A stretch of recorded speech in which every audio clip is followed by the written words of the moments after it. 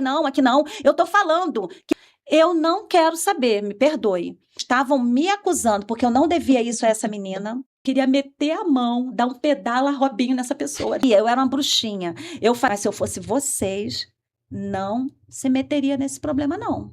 Eu não gostava de Jesus. Ela fez aquele apelo, fez a oração, eu aceitei Jesus, desceu comigo, sabe?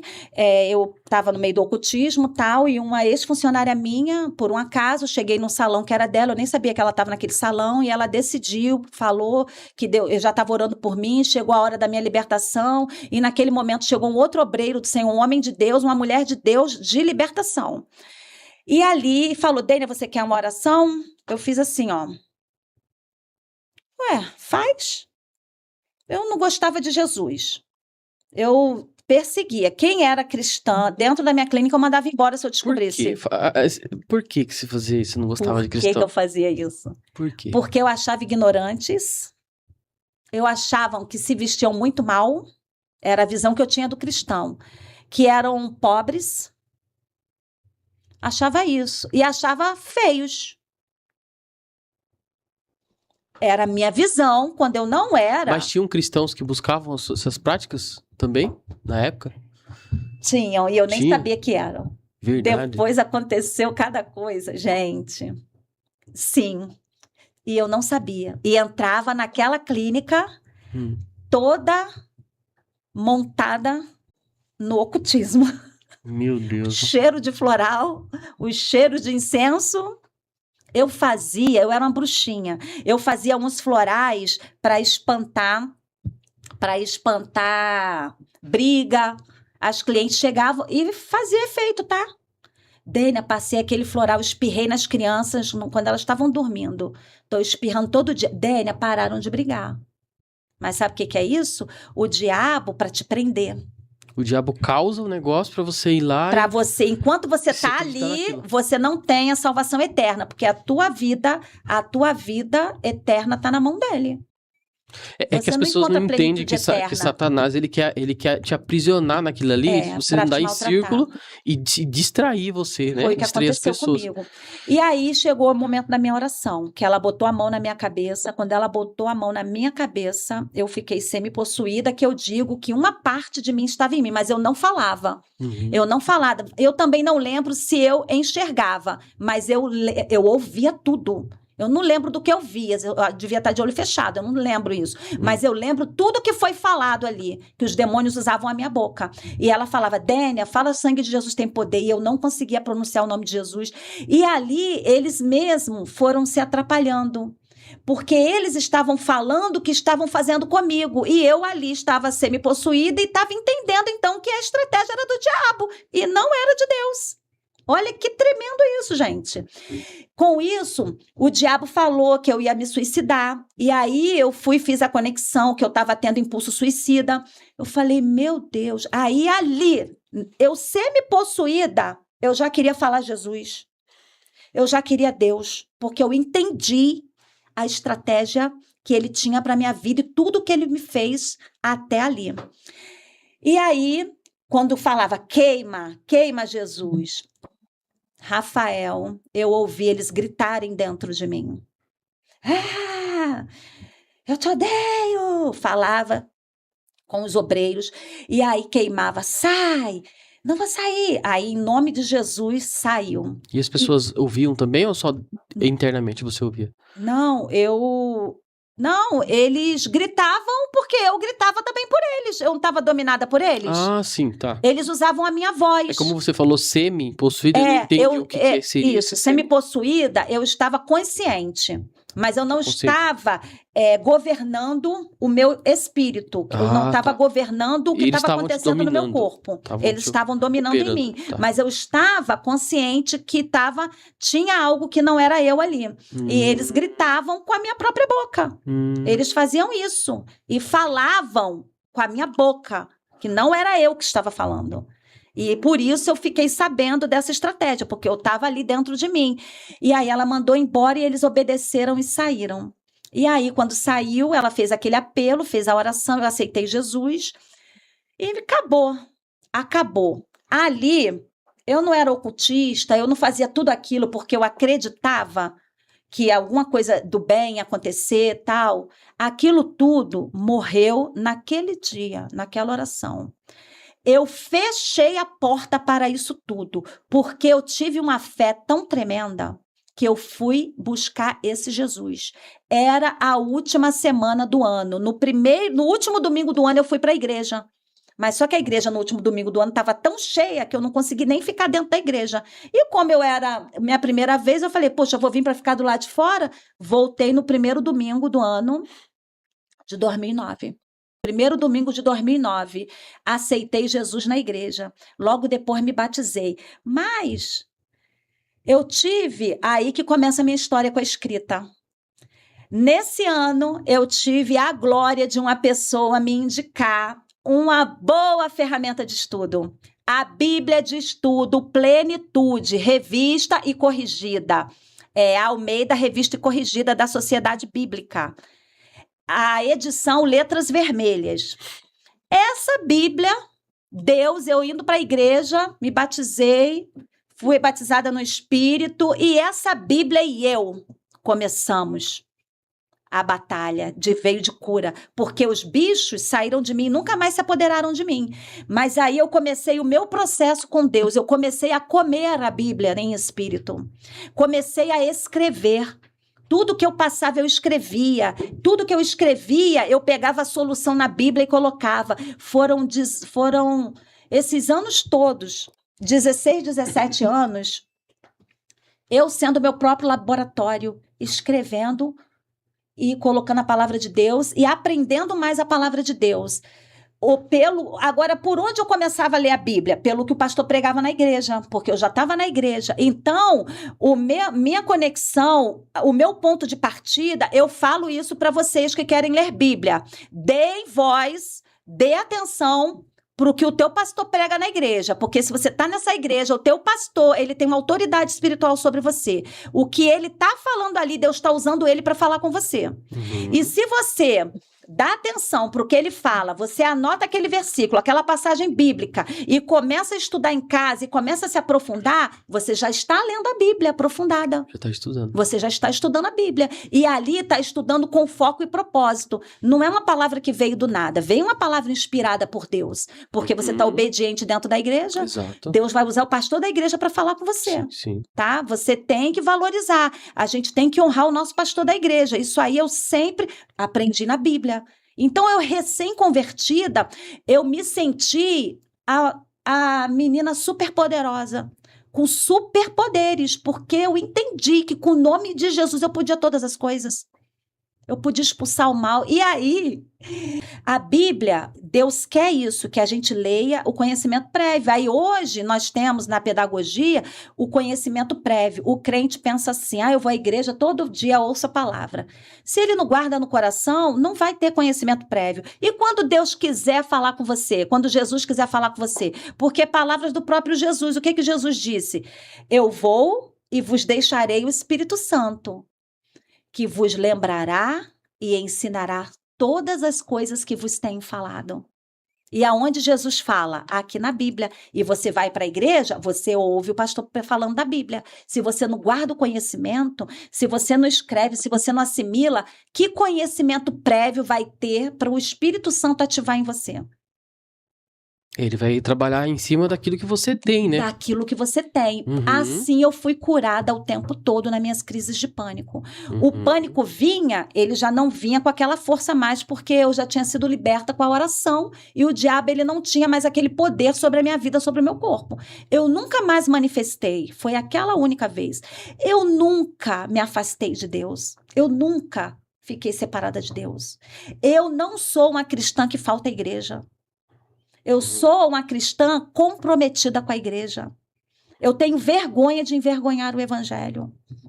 Ô, Dênia, a questão da sua clínica que você tinha, daí você veio para Cristo, né?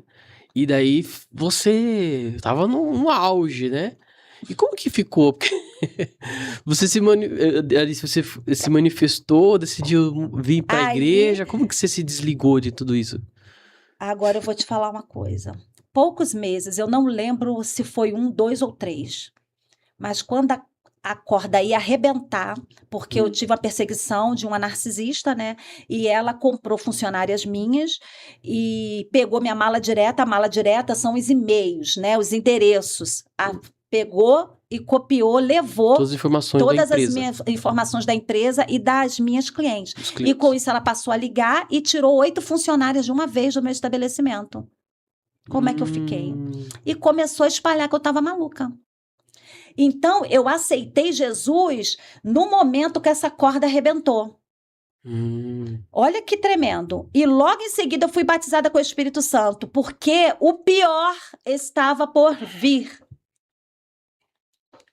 Dívidas, porque eu não sabia o tanto que eu devia pagar todas essas funcionárias, porque eu gastava muito, eu ganhava muito dinheiro, gente, mas eu só gastava. Eu não ligava para nada, eu achava que eu tinha uma fonte que jorrava dinheiro, jorrava, e a hora que eu quisesse, tantos mil eu tinha o tempo todo. E eu vivia desse jeito, desregrada. E eu não tinha dinheiro guardado. As pessoas pensavam, olha, era uma conta lá. Quando eu cheguei no banco para fechar minha conta, eu estava na carteira da gerente que movimentava a conta de 1 milhão e nem eu sabia. A gerente estava lá, eu achei estranho que a gerente estava lá me esperando, eu não ia no banco. A gerente ia na clínica, então eu não sabia nem onde era meu banco. A primeira vez que eu fui no meu banco, eu fui de ônibus. E eu falei, eu quero saltar no banco tal. Ah, é? A pessoa olhou para mim, eu acho que não é aquele não, porque tem 2, tem um dos magnatas e tem um outro comum. Ó, o dos magnatas fica aqui e o outro fica ali. Eu falei, mas o número dos magnatas é qual? É esse. Eu falei, então é lá que eu vou. E era lá a minha conta. E olha só, o povo da rua reconhecia que aquele banco era dos magnatas. Que loucura. E eu não sabia nem quanto eu fazia. Então Não você ganhava sabia. muito bem com isso aí, então. Ganhava muito, mas eu me desperdiçava dentro da própria estética. Eu comprava equipamentos muito caros, equipamentos assim, elefante branco. Eu comprava, olhava e não queria mais e aquilo ficava encostado. E era mil e mil e mil, que os aparelhos de estética são caros. E muitos produtos, era muito exagerada. E como essas coisas são muito caras, o dinheiro já ia todo embora ali mesmo.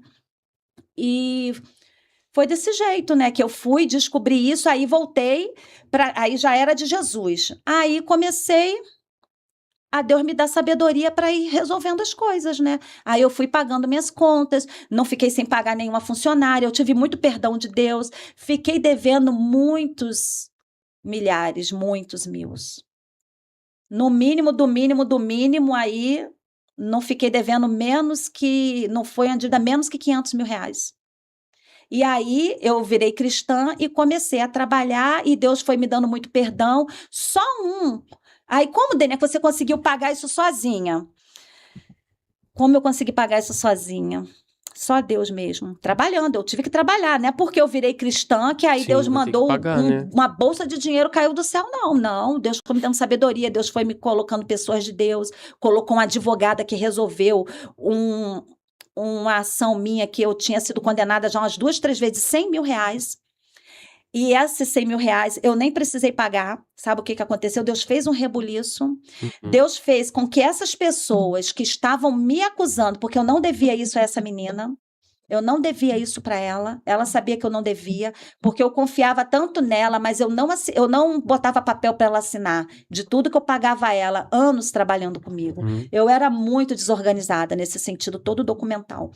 Aí as pessoas se aproveitam. Aí ela se aproveitou, um processo de 100 mil reais, falou, aí simplesmente quando chegou lá na juíza, elas disseram que não eram amigas, mas eu falei para a juíza a verdade. Eu já era cristã. Quando eu comecei a resolver esses pepinos, eu já era cristã. E Deus me deu uma voz assim no Espírito Santo. Eu falei, Excelência, eu quero pagar a elas, Excelência. Mas elas saíram da minha clínica, montaram uma clínica do lado da minha, levaram 8 funcionárias, pegaram a minha mala direta, estão tirando minhas clientes. E é isso. E eu quebrei, mas eu não estou devendo nada a ninguém. Eu vou pagar.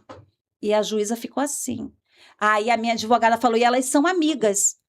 E elas são amigas entre elas, estão tudo lá contra ela. Aí a juíza, vocês são amigas dela? Elas, não somos. Meu Deus. Não somos amigas. Aí a minha advogada vem, vocês não são amigas? Então o que é isso aqui? Foto do Facebook delas. abraçadas, Nossa, bebendo, minha quebrou amiga, tudo. te amo, amiga. Ah, pra quê? A juíza teve um ataque e aí abriu a brecha ali que eu poderia denunciar elas como falso testemunho e isso ia dar ruim para elas, né? Uhum, Porque abriu uma brecha para eu ir contra elas agora. sim. E aí o que que elas fizeram? Sumiram com o processo. O processo desapareceu. Aí minha Meu Deus. advogada falou, Dênia, para elas, todas elas, foi um lucro. Sabe por que foi lucro? Porque elas iam entrar para responder por falso testemunho. Então, elas preferiram perder o dinheiro, a menina, por causa das amigas todas não irem pro buraco por causa dela. Olha aí, olha o destino que Deus deu de só de 100 mil reais. Isso que é importante você estar falando Muita isso aí, coisa. porque até quem é empresário aí, se o seu sócio fizer uma coisa dessa aí, você sabe que isso é crime, tá? Pegar os seus clientes, as suas coisas e abrir algo. Aqui você não era sociedade aí no seu caso, né? Não, era funcionária. Era Ela funcionária. foi Mas uma se você, funcionária que passou minhas às vezes as informações para pessoas outra e foi embora com sem ela. informação acaba perdendo tudo. Isso é crime e não se pode fazer isso. É. Seu sócio, você E pode abrir outra processo. coisa, não é de Deus, né? Você subir Claro, com certeza. querendo aniquilar outra pessoa, né? Sim, não pode. E foi isso. Mas isso e tudo tiveram foi se muito. resolvendo, né? Foi, Que- tudo se resolveu. Assim, demorou 1 ano, 2, 3, mais ou menos, demorou uns anozinhos, assim, mas eu fui pagando tudo, graças a Deus. E eu não fiquei devendo a funcionária nenhuma, não fiquei devendo nada a ninguém, não. E assim, Deus, ele fez muita coisa ali comigo. Deus fez contador me perdoar. Falou, Dênia, mais de 10 mil devendo a contador. Filha, você não me deve nada. Um homem de Deus cristão. Foi o último contador que me ajudou. A filha dele, advogada, cristã, e Deus botou pessoas para me abençoar. E aí ele me deu esse perdão. Teve um outro também que eu estava devendo assim uns 20 mil, porque eu surtei e fechei a clínica porque eu não aguentava. E só que ela ficou rolando aluguel. Porque eu não tinha capacidade de ir lá resolver a burocracia. Aí foi quando uma amiga minha da região dos Lagos, né, que ela mora em Cabo Frio, só que eu morava, né, em São Gonçalo. Ela veio para São Gonçalo, me encontrou, aí eu contei essa situação para ela, como ela é advogada, ela, Dênia, eu vou resolver isso para você. Ela resolveu para mim. E aí teve o processo, né? Foi lá, fechou, entreguei a chave, parou a dívida. Mas eu tinha que pagar aquilo que estava atrasado. Isso. E a juíza falou o seguinte, bateu o martelo ali e falou, ela não paga. Ela não tem condição de pagar. Eu declaro que ela não paga porque ela não tem condição. Mas eu tinha deixado um mar bem grande dentro da sala e falei para o juiz, Excelência, parcele, porque agora aconteceu isso e sempre falando a verdade. Era uma dívida real, né? Era uma dívida real. Você usou Excelência, eu vou pagar. Faça aí. Nessa época eu estava tão ruim das pernas que eu falei para ela dividir que eu podia pagar 300 por mês e eu já tinha deixado um ar-condicionado. Porque se você deve ali a sentença, era sentenciar você a pagar. A pagar. Essa era Mas o homem era tão milionário. 80% de chance de que você usou o espaço, né? É. Se você perder ali. Mas ela declarou que eu não tinha condição de pagar. Ela é juíza, ela declarou. Ela declarou. E eles, que aconteceu? Teve um tempo para eles recorrerem, né? Uhum. Porque a juíza, ela fez isso, ela pode fazer isso. Sim. Ela vê, é igual uma pessoa, olha só, o homem tem uma ovelha, tá devendo essa ovelha, o cara tem 1000 ovelhas. Mas, Você quer tirar a única ovelha dele? Você tem 1000. Isso Davi fez, né? Deus, ele faz isso, né? Ele faz coisas loucas para confundir as sábias. É verdade. Era para eu pagar, mas ela justificou que o ar-condicionado também pagou. Foi um pagamento. Uhum. E justificou que aquele homem também não precisaria daquele dinheiro. Eu não sei o que foi que aconteceu. Eu sei que a juíza... E eles não correram atrás. Eles perderam tempo de recorrer. Uhum. Aí minha advogada ligou, Dênia, morreu o processo, porque agora eles não podem recorrer, a juíza decretou aquilo e acabou. Eu não sou advogada para dizer em que âmbito que ela conseguiu fazer isso. Entendi. Mas Deus fez essa coisa louca. E os leiloeiros? Porque penhoraram tudo meu. Penhoraram dívida que eu tinha, os equipamentos dentro da estética. Penhoraram.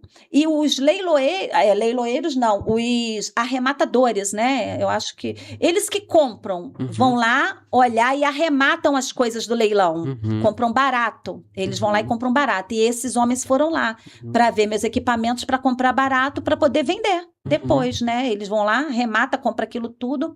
E eles chegaram, eu estava atendendo, aí eles falaram assim: olha, nós somos. Ele usou um termo que eu realmente não me recordo. Eu falei: e o que vocês desejam? Eu vim ver seus equipamentos, todos, que está tudo no leilão. Aí eu até tomei um susto, porque eu nem sabia disso. Imagina o susto que eu tomei. Mas eu fiquei tranquila, porque com Deus, né? Eu estava super poderosa com Deus, no Espírito Santo. Deus é imbatível na minha vida. Com Deus eu sou imbatível, não vou tirar nada meu aqui não. E aí, eles entraram, eu falei: vocês não podem ver, mas eu vou falar uma coisa para vocês. Meus equipamentos são todos novos, tá tudo na manutenção, ok. Tudo de moderno, alta tecnologia.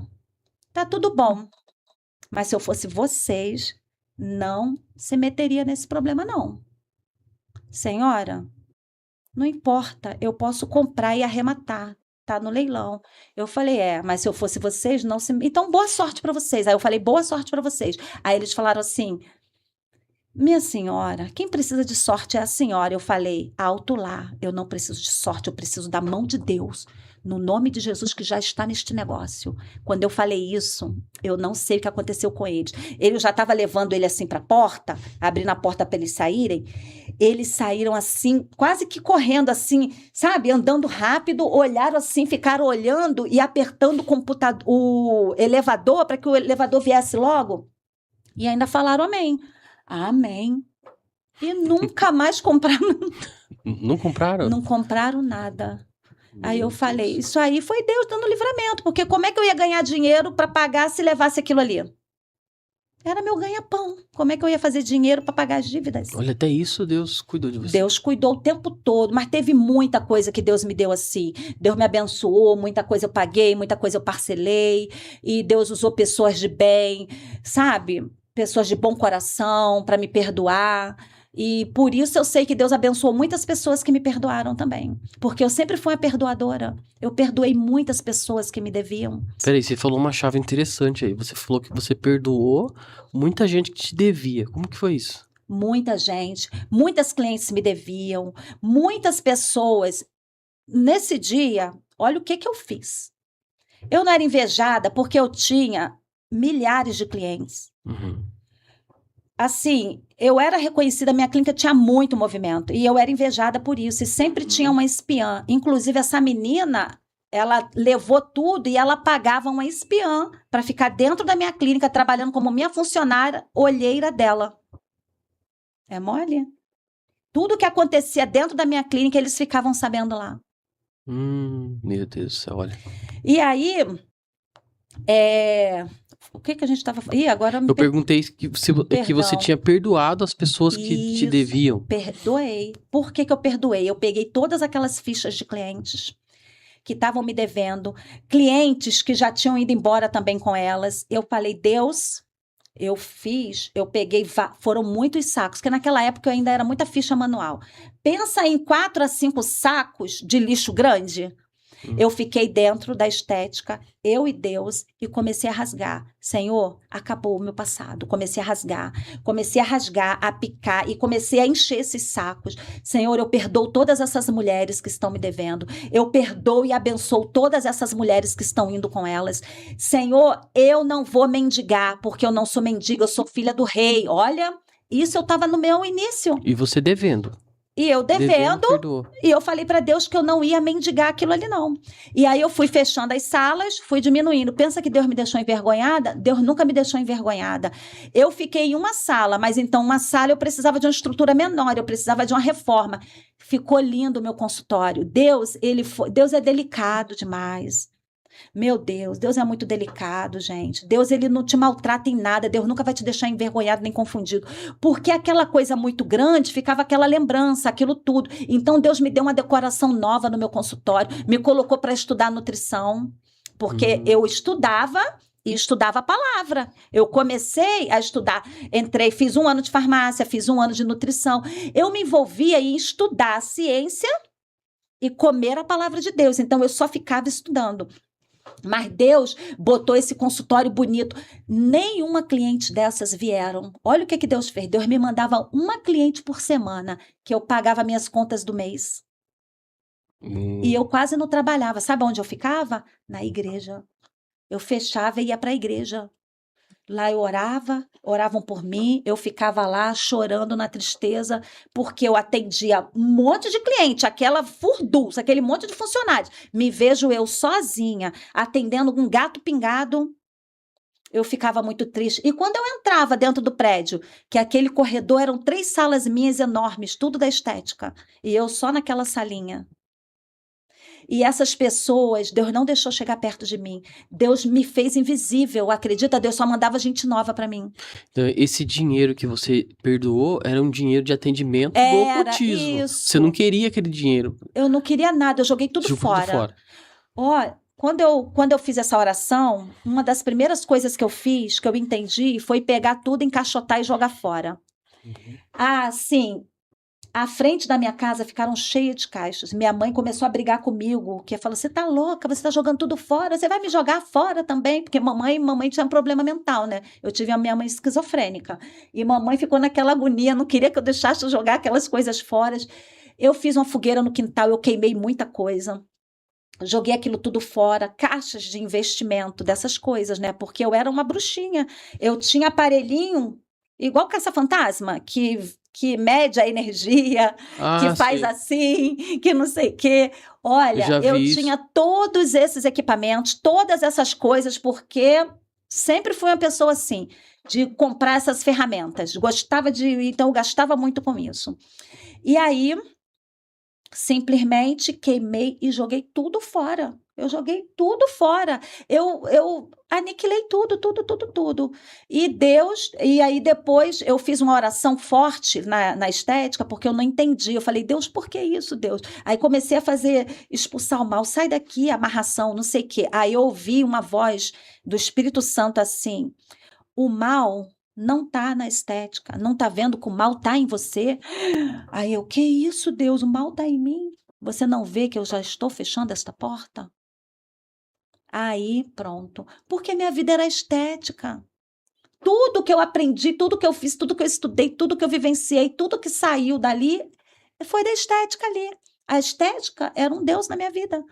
Aí, você entende? Eu perder aquele chão ali e ter que ficar lá, dependendo da minha mãe, dependendo da minha irmã, porque então eu fechei a estética, tive que trabalhar.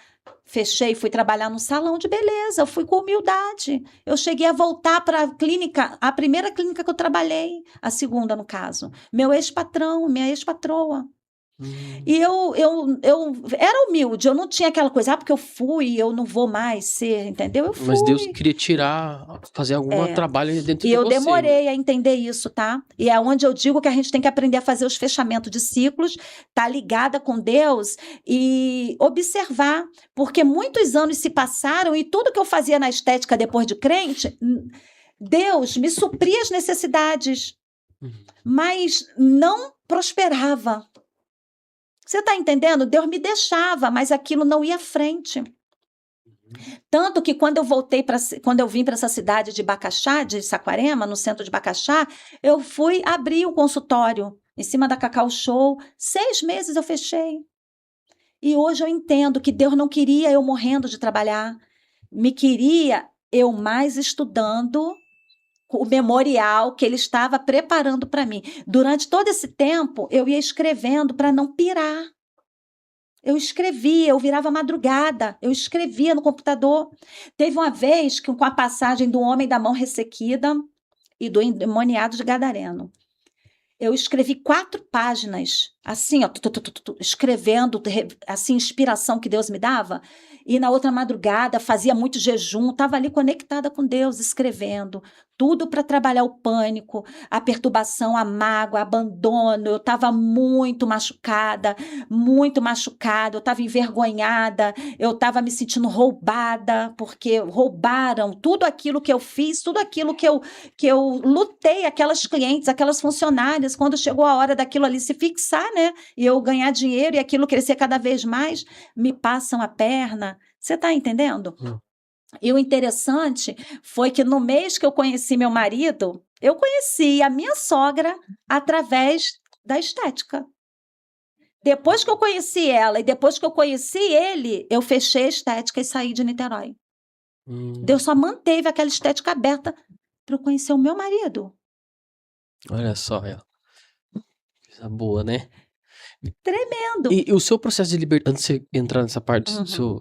seu casamento, mas então o seu processo de libertação, ele foi assim, você aprendendo as escrituras, aos Aprendendo as poucos, escrituras. Eu era da igreja, eu estudava, a igreja que eu estava era uma igreja de palavra, eu aprendia muito, eu fiz muitos cursos dentro dessa igreja, mas é diferente de você se desenvolver no Espírito Santo sozinho. Quando você tá ali, você e Deus, no teu quarto secreto, e eu tinha o tempo já é outro todo. nível, né? É outro Outro nível de nível. profundidade. É outro nível de profundidade. E aí eu escrevia para não enlouquecer, porque eu tive muita crise de pânico, eu tive muita crise de ansiedade, eu tive muitos pensamentos disfuncionais e eu fui curando ali na palavra. Eu lembro que quando o pânico vinha, eu falei: mentiroso, eu não estou sentindo isso. Eu não estou sentindo isso. Jesus já me curou. Você é um fracassado. Bata em retirada, Satanás. Agora, quando a pessoa chega a ter uma crise de pânico, ela não lembra de imediato da palavra, não. Se ela não tiver enraizada dentro de você. A psicanálise, né? Que você fez, foi mais uma que você fez ali. Isso. Qual que é a sua opinião Eu sobre ela? fui muito paciente de psicanalista, né? Sim. Porque eu comecei a fazer o curso por 2 vezes e não me senti bem e não consegui, eu nem me formei. Então, assim, eu vou dizer minha experiência como eu me submeti, na verdade. Tá. E eu emprestei a minha clínica com 18 macas na época para os professores, a turma de psicanálise, fazer um laboratório prático de treinamento sobre regressão. E eu me submeti como uma pessoa, um experimento. Eu fui experimentar, me usaram para treinamento.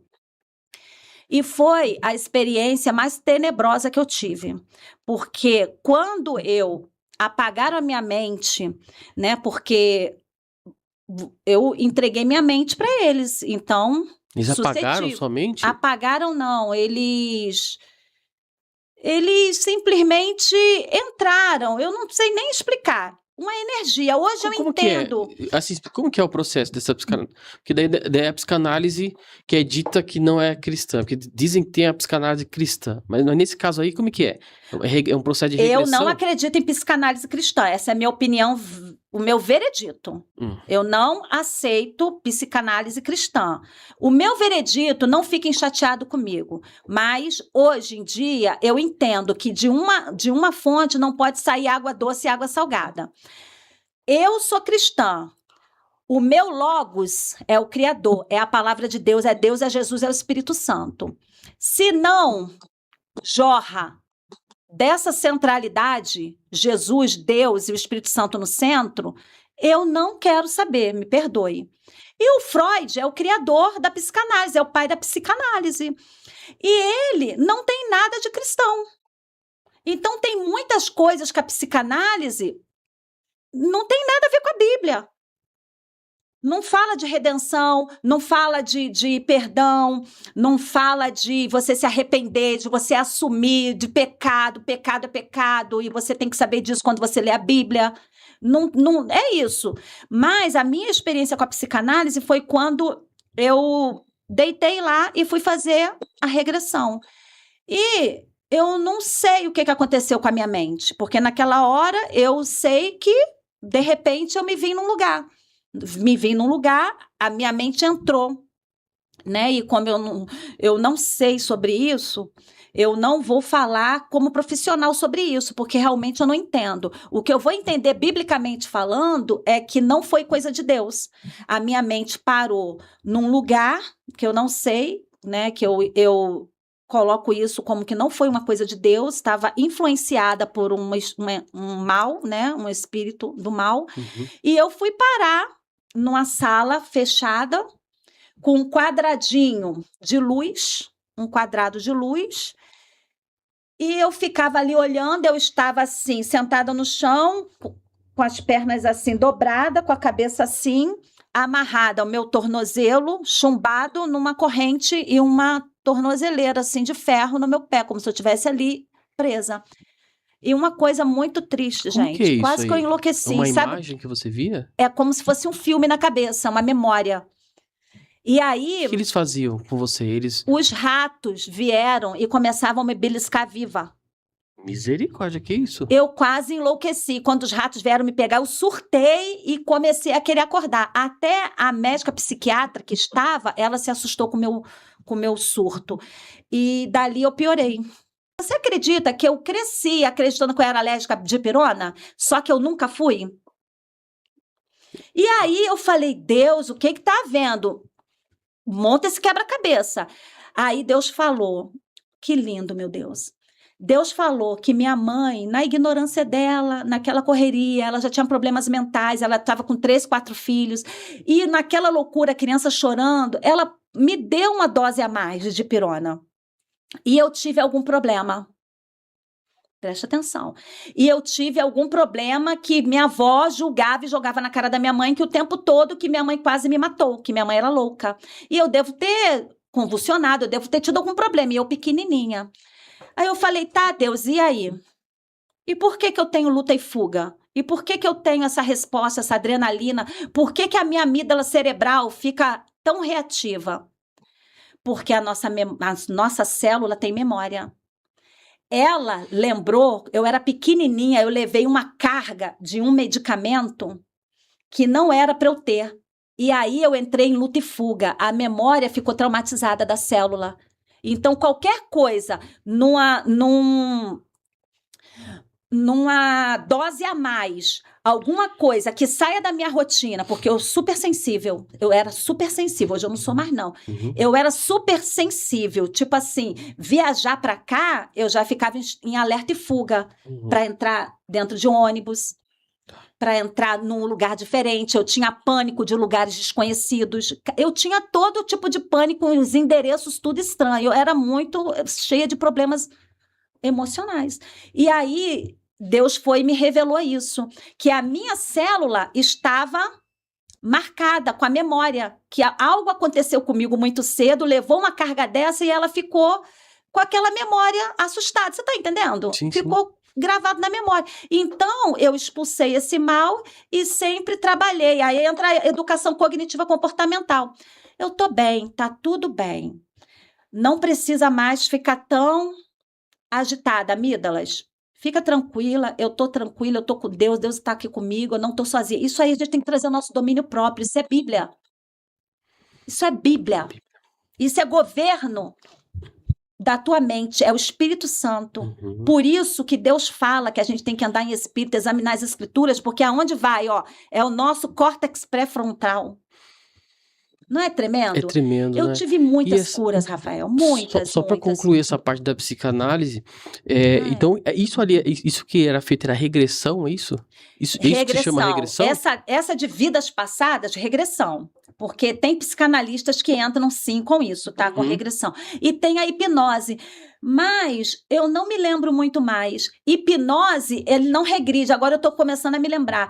Eu passei por algumas hipnoses para parar de fumar. Teve uma época que eu fiz uma hipnose para parar de fumar. Aí eles ficam falando e sua mente vai vagando e ele vai influenciando a tua mente, né? Vai falando para você entrar num ápice ali na tua mente, um nível que entra, tal, porque eu não sei falar muito sobre isso. Foi a minha experiência e eu não estudei muito para isso, mas assim, agora que eu estou na neurociência, eu quero me formar como uma neurocientista, né? Vou terminar minha faculdade, eu vou terminar minha biomedicina e quero fazer a pós-graduação em neurociência. É isso. E eu vou entender isso de verdade. Não vou entender de uma forma mística, porque dentro da Bíblia eu já entendo. Se tu não governa a tua mente, quem governa é o diabo.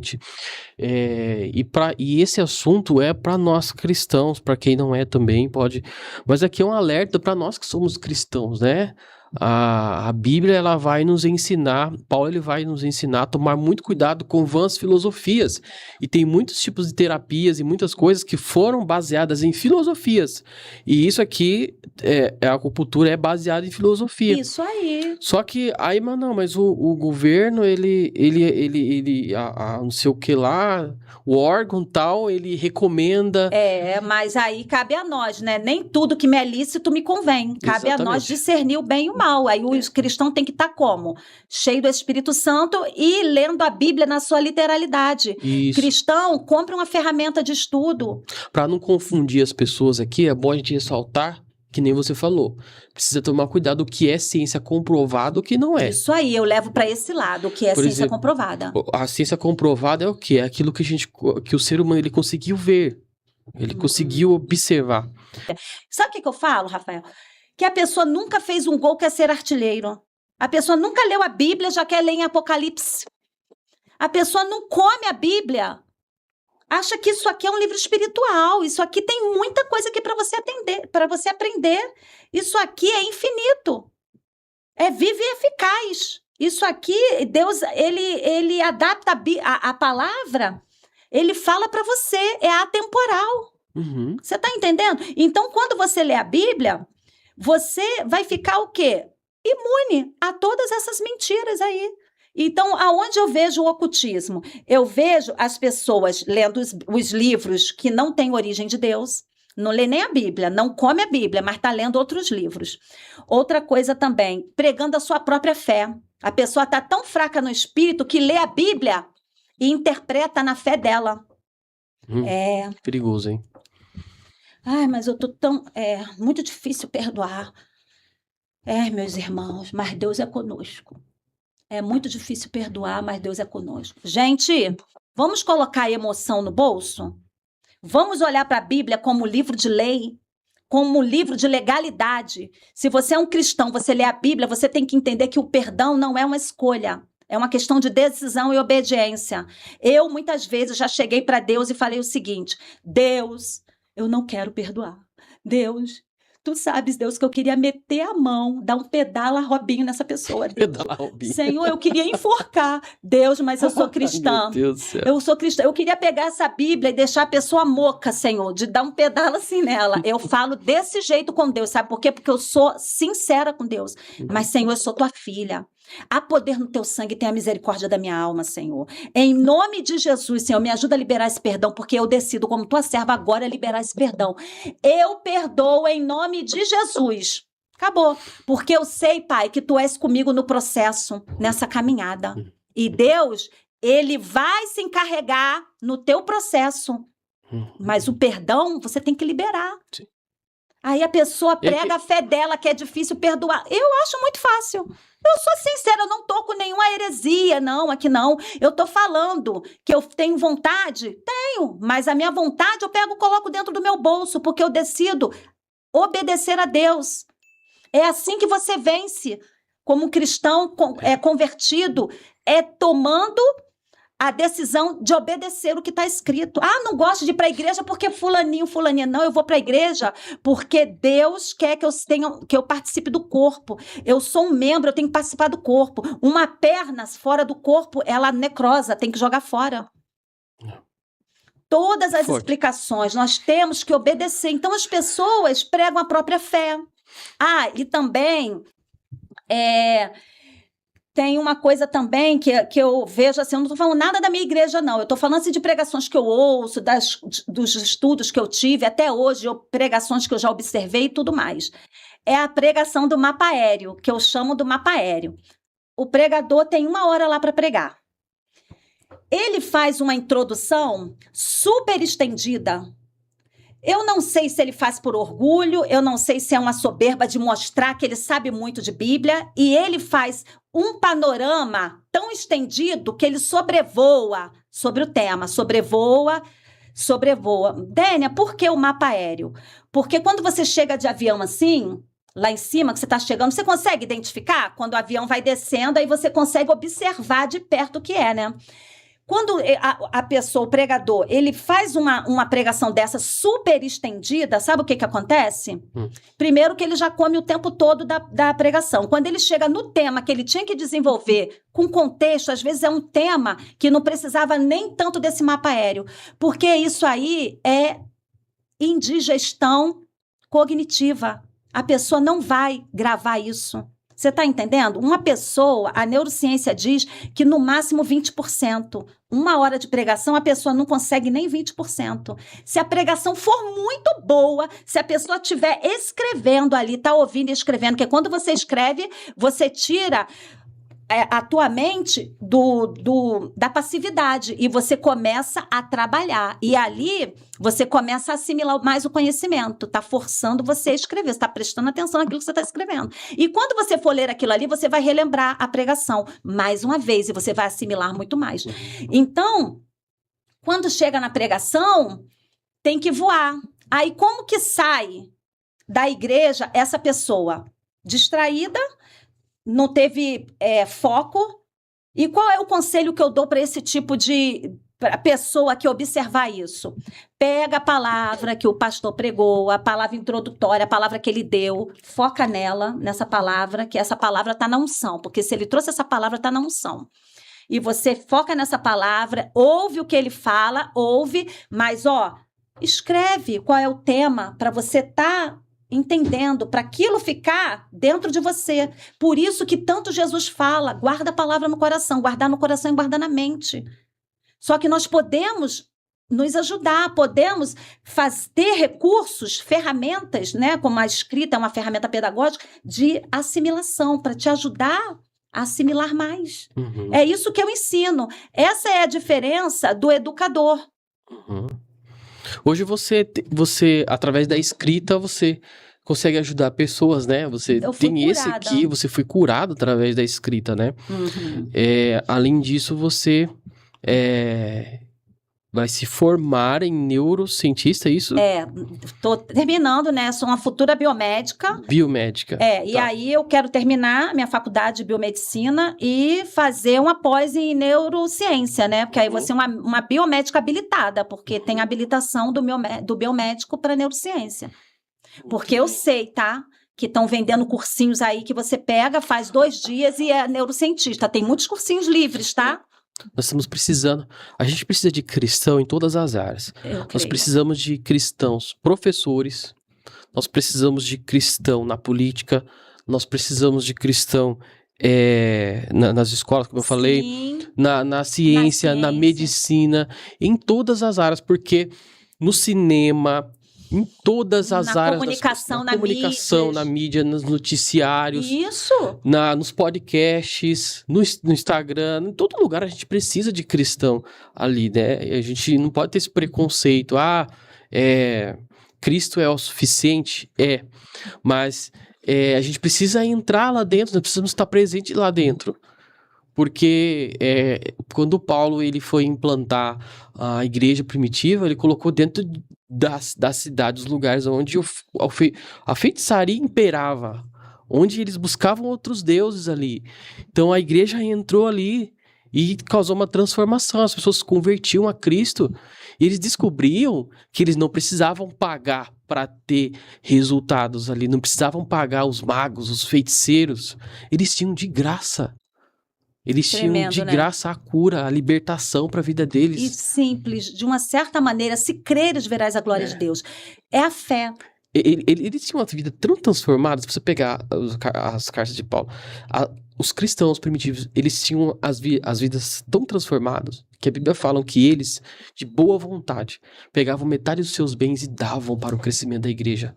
Ele davam aos pés dos apóstolos a metade dos seus bens, porque as vidas deles eram tão transformadas que eles queriam que a igreja crescesse e que aquilo se espalhasse, então eles davam aos pés dos apóstolos aquilo. O coração deles não estavam naquilo, não estavam mais naquilo. Saber o Deus que eles criam. Porque eles tinham que pagar por aquilo, tinham que adorar outros deuses, né? Tudo tinha que pagar. Por isso que Paulo, eu gastei muito com essas coisas, né? Ofereci muita coisa. Por isso que Paulo ele falava assim, olha, Paulo ele trabalhava, né? Mas ele falava assim, olha, eu faço isso para dar de exemplo. Mas por quê? Para que as pessoas não pensassem que ao chegar uma nova... o Deus estava chegando naquele lugar. Uma nova mensagem, as boas novas do evangelho. Mas se as pessoas pegassem aquilo e comparassem com o que eles já estavam vivendo... não, peraí. É só mais um mesmo que a gente tem que dar uma oferta, temos que dar dízimo. É só mais uma religião que a gente tem que pagar, não. Paulo, ele quis dar o exemplo de falar assim, olha, eu não vou... eu vou trabalhar para não ser peso para vocês e para dar o exemplo, para mostrar que o evangelho é de graça. Mas ele diz assim, não que eu não tenha direito, mas eu fiz para dar o exemplo.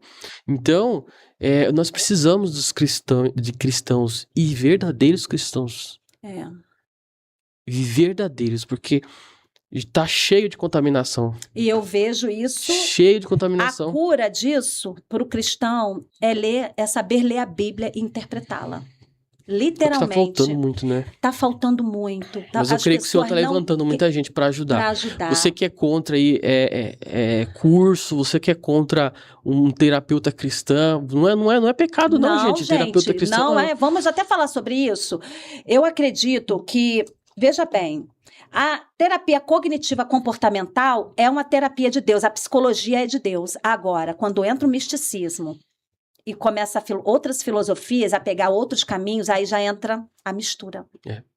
O psiquiatra é totalmente de Deus, gente. A pessoa tá lá com problema mental. Minha mãe mesmo, ela tinha que tomar remédio controlado. Minha mãe teve esquizofrenia. Gente, pelo amor de Deus, mas o que é cristão, ele tem que discernir. Você pode ir para um psicólogo, mas olha aí, pergunta para o teu psicólogo, qual é o teu método? Qual é a linha que você segue? Aí ele vai te dizer o nome da linha, aí você não sabe qual é, e você vai lá perguntar, me dê a cosmovisão sobre essa linha psicanálise, sobre essa linha tal. Tem muitas, tal. Quem fala muito bem sobre isso é o doutor Hermida, ele falou que são 100 e tantas linhas de 150, mais de correntes de psicologia, gente. Filosófica, né? Mas para mim me importa saber, sabe o quê?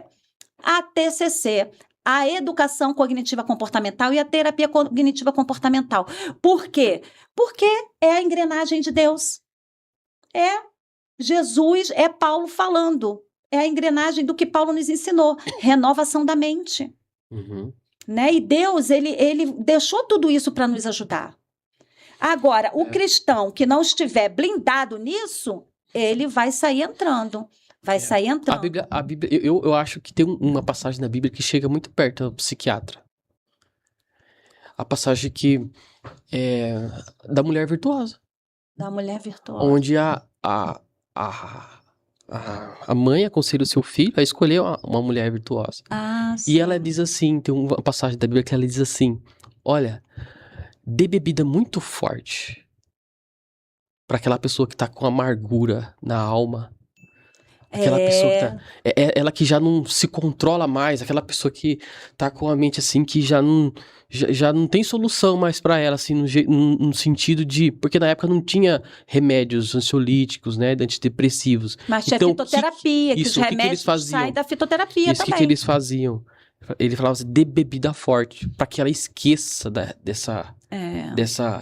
Que ela não... Os relaxantes. Relaxe, ela esqueça. Ansiolíticos que tem, né? Eu acho que chega um pouquinho perto dos mas remédios. Porque Deus, ele fez tudo remédios, isso. Porque às vezes a pessoa tá com algum problema físico no psiquiatra quando é algum problema físico no cérebro, né? Químico, que ele dá químico. Ele dá aquele remédio para poder estabilizar. E a pessoa fica curada, porque é uma coisa da biologia. Mas é aquilo que o espiritual, a pessoa espiritual, ele tem que saber sobre isso. Eu tive um câncer, eu tive que cuidar com toda essa parte, eu não falhei. Outra coisa, olha, gente, tem gente morrendo por causa de que não tem uma prevenção. Deus, ele é poder, glória a Deus, mas ele quer que nós tenhamos sabedoria de cuidar do templo, nós temos que fazer nossos exames, tem que fazer o exame de sangue, tem que a mulher fazer preventivo, tem que fazer mamografia, o homem tem que fazer os exames, nós temos que beber água, nós temos que nos alimentar com as coisas da terra, comer batata doce, inhame, aipim, arroz, feijão, salada, legumes, brócolis, couve, abóbora. Isso é Isso aí cura é para onde mais nós. os cristãos eles Eles pecam, né? pecam. Nós, como cristãos, né? Vamos colocar no meio também que hoje que a gente precisa melhorar sempre a gente precisa melhorar em alguma coisa, né? Mas isso aí a gente esquece um pouco, a gente olha muito só o espiritual e esquece de cuidar do físico, Sim. porque o Senhor, ele precisa nos comunicar com o espiritual, mas o corpo é o que te leva a sua missão, ao seu projeto. É o corpo que vai te deixar são para receber as coisas do espírito. Se não tiver a mente sã, porque Paulo falou, né, que o seu espírito, a sua alma e seu corpo sejam encontrados sãos, os três, né? Com certeza. E tá lá, E deseja que tudo te vá bem, terceira de João, né? Que o Verdade. maior interessado é Deus que nós tenhamos essa homeostase. E as pessoas querem ser muito teólogas. Eu vou te dizer uma coisa: eu tenho muita saúde, eu tenho muita paz na minha mente. Uhum. Eu acredito na plenitude de uma vida cheia do Espírito Santo. Eu acredito num casamento feliz, abençoado, sabe? Eu acredito, sabe por quê? Porque eu vivo isso. Eu fui curada de tanta coisa. Se eu começar a falar, meu Deus do céu, aí a gente vai virar, né? Porque cada coisa assim. Que depois você casou também, né? Uhum, Isso foi cada depois de cristã? Depois de cristã, que eu tô falando, que eu vi Deus me curar de tanta coisa, eu vivia tão atormentada, eu tive tanta cura, que a graça de Deus me basta. Eu passei a viver uma pessoa assim. E também grata. E sabe que a gratidão, ele tem um efeito muito grande no teu cérebro? Quando você começa a ser grato, você come. Inclusive, eu fiz esse teste, porque eu estou fazendo um laboratório aí que depois vai ser algo que eu estou no meu projeto que eu vou lançar também. Eu mesma sendo meu laboratório. Eu comecei a ser mais grata pelas minhas refeições. Isso aqui me alimenta, meu Deus, obrigado por esse alimento. Comer coisa mais saudável, porque Deus me deu uma palavra, que eu estava querendo emagreci 4 quilos. Eu falei, Senhor, eu quero emagrecer bem, não quero fazer dieta, não quero magoar o corpo do Espírito Santo. E eu escrevi, né, no papel e colei na minha porta. Tudo que se eu como, bebo, tudo eu faço para a glória de Deus. Né, o versículo. Eu guardo no coração o sentido da palavra, mas eu não sou boa de gravar números. Eu não sou boa de gravar números. Eu acho muito bonito isso, mas eu não gravo. Mas eu sei que eu escrevi, está dentro do meu outro caderno. Eu escrevi vários e colei. Eu como e bebo para a glória de Deus. E fiz e colei e fiquei pensando nisso. E com isso, eu fui reprogramando o meu cérebro. Quando você é grato, você envia uma sinapse, abre uma sinapse nova no teu cérebro que você está plena, que você está satisfeito, então você não sente falta de nada. E essa saciedade, ela te ajuda até na compulsão alimentar. Porque você ora, abençoa aquele alimento, obrigada, Senhor, esse alimento me satisfaz. Você já está mandando a mensagem. Tem muito poder a palavra. Deus não fez a palavra, fez tudo na palavra? Então a gente tem que usar mais isso, a Bíblia. Obrigada, Senhor, glória a Deus, esse alimento me alimenta, o Senhor é meu provedor, nunca me deixou me faltar. E isso, com essa gratidão, Deus vai te promovendo. A gratidão, eu falo sobre isso, a gratidão, ela te promove com Deus. Em Deus. Maravilha. Olha, eu queria falar mais coisas com você, mas eu preciso só terminar o seu testemunho. A sua mãe, você falou que a sua mãe tinha questões na mente. Esquizofrenia, né? Aquela coisa de perseguição. Como que está hoje? Ela nasceu com esquizofrenia, ela é falecida, já tem já 5 anos. Tá. Minha mãe faleceu. Mas mamãe, ela surtou quando minha irmã... Eu tenho meu irmão Glaucio, né? Tenho minha irmã N, tenho minha irmã Vanderlusca, que é a caçula. E quando essa minha irmã caçula estava com 12 anos, minha mãe surtou. Aí eu tive que... E quando mamãe surtou, ela já tinha separado do segundo casamento o pai dessa menina. Então, são 4 filhos, porque eu tenho um irmão que faleceu, o Glaugê. E aí, eu comecei a ficar mais como irmã mais velha da minha irmã, a ajudar, né? Porque minha mãe surtou. Mas minha mãe, ela surtou quando ela tinha 12 anos, eu estava com uns 20 e poucos anos. Mas minha mãe foi uma mãe maravilhosa, minha mãe foi uma guerreira. Minha mãe, eu tenho ela como uma heroína. Com toda a esquizofrenia que ela teve, minha mãe deu muita educação pra gente. Minha mãe deixou boas lembranças, boas memórias. Minha mãe, ela poderia ela ter dado uma vida miserável. Ela trabalhou muito para não deixar nada nos faltar.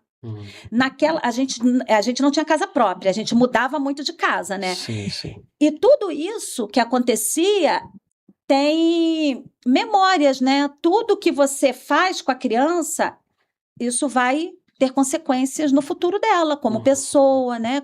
Como coisas boas ou ruins. Mas eu tenho muita coisa boa da minha mãe, sim. E